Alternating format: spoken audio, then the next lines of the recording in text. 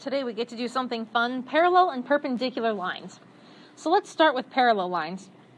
Parallel lines are two lines that go in the same direction, and it doesn't matter how far you would extend these lines forever and ever and ever, they would never ever intersect. That's what parallel line means. So in that event they're parallel lines, they are going to have the exact same slope. So when we are given an example here, write an equation in point-slope form for the line that passes through 4, -1, parallel to the graph. They're going to give you a previous equation or even a previous slope. You need to take that previous equation, identify the old slope.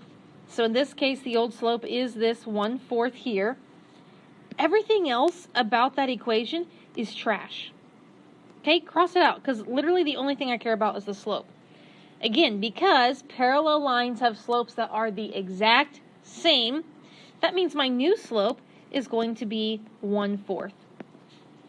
Now from here, use one of the methods. So far we've learned the, what's my slope, what's my y-intercept, and then what's my equation.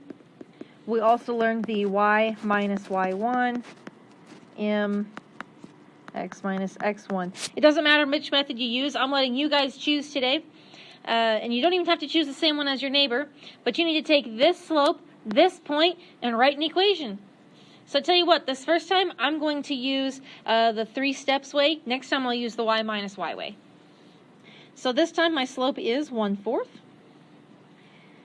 And then I'm going to take my y equals mx plus b, and I'm going to plug in x and y. So -1 equals 1/4 times 4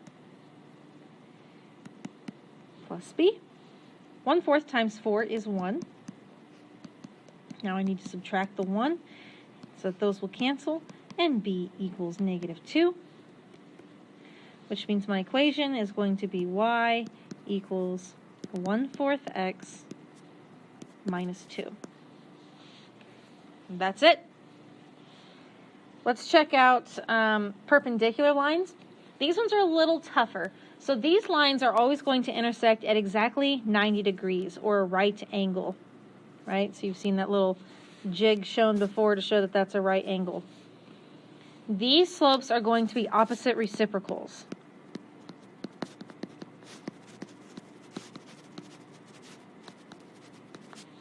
So for example, if your slope was 3/4, opposite means flip the sign, so now it's negative. Reciprocal, remember when we would say multiply by the reciprocal? That means take your fraction and flip it on its head. So the reciprocal would be -4/3. If it was -1/2, that would be -2/1. If I simplify that, that would just be -2, right? What if it's not already a fraction? What if it's just like a 7? Turn it into a fraction by putting it over 1. Opposite makes it -1/7. So let's try an example of that. I want to do this one. There's a trick.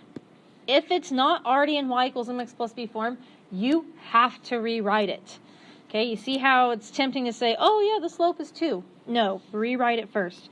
So move the 2x over using subtraction. 3y equals -2x plus 12. Need to divide everything by 3. Oops. Come on, buddy.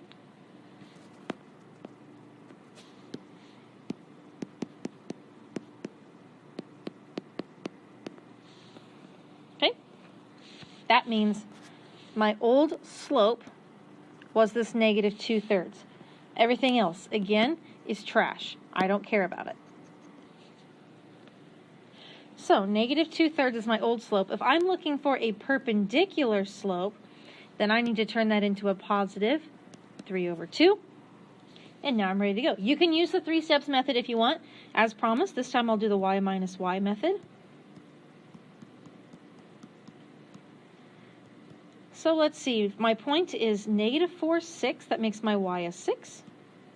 My slope is 3/2. And -4. Looks like I have a double negative. Let's turn that into a positive. Now I can distribute. So I have 3/2 x And that's going to be, what, 6? To get y by itself, I think my final step is to add 6 to both sides.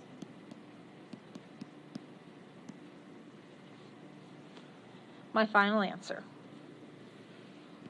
And that is all we're going to do today.